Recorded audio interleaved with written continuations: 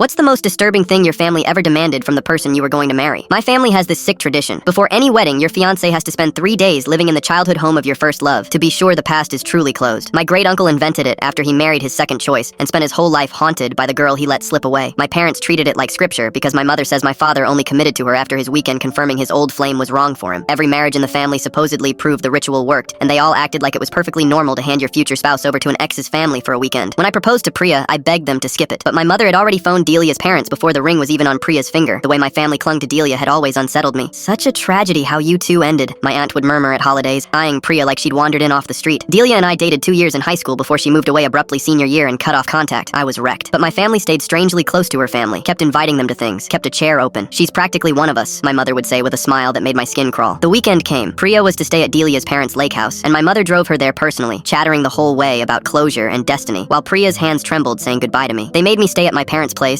for support, but really to watch me. They poured me wine and asked if I remembered how easy things were with Delia. Her mother still asks about you, my cousin mentioned, casually revealing they'd all stayed in regular contact. Saturday, my father made a strange joke about keeping things in the family, that everyone laughed at a beat too long. When my aunt let slip that Delia's mom had been asking detailed questions about our family's medical history, my mother cut her off sharply. She's just being careful, in a tone that turned my stomach. By Saturday night, I couldn't take it. I drove to the lake house despite them physically trying to block the door. Priya was on the porch with her bag packed, face bloodless. Delia's mother stood in the doorway weeping. "We're leaving. Now," Priya said in a voice I'd never heard. She wouldn't explain, just kept saying we had to go. The drive home was silent, except for her shaking breath. Back at our apartment, it all came out. "Delia is your sister," Priya said. My brain refused the words until she explained. Delia's mother had broken down that weekend and confessed everything. My mother and Delia's father had an affair before I was born. Delia's mother had raised her alone, and only on her own recent diagnosis had she started telling the truth. My family had known for years, known while Delia and I dated in high school, known while they kept steering us back toward each other. They knew, Priya said hollow, and they still sat me down with photo albums of you two together, knowing you shared a parent. I called my mother while I was still dry heaving over the sink. Her answer was worse than anything I could have imagined. "Feelings don't follow paperwork," she said, calm as discussing the weather. "You and Delia had something real before anyone knew. That doesn't just vanish." When I asked if she'd lost her mind, she told me I was being dramatic, that old families kept bonds close for centuries. My father took the phone and confirmed he'd known Delia was his the entire time, and called it poetic that we'd found each other. "You two could have been happy," he said, like I was the unreasonable one. "This is exactly why we never warmed to Priya," my mother added when I threatened to call the police. "She kept you from where you belonged." I told them they were sick and that I was finished with all of them. "You're throwing away your family," my father said, disappointed, as if I'd quit a good job. "Blood is the strongest bond there is," my mother said, and I understood finally that she meant it in the most monstrous way possible. Priya and I got married 8 months later, quietly, with none of them there. Her family filled every seat. I haven't spoken to a single person from that side in 3 years. Delia found me online once, just to say she was in therapy, that she hadn't known either as a teenager, that she was as horrified as I was. I believe her. We're not in contact. We can't be, but I don't blame her. We were both pieces in something the adults built. Some nights I still wake up nauseated, but then I hear Priya breathing beside me, and I remember she's the one who saw the truth and got us both out.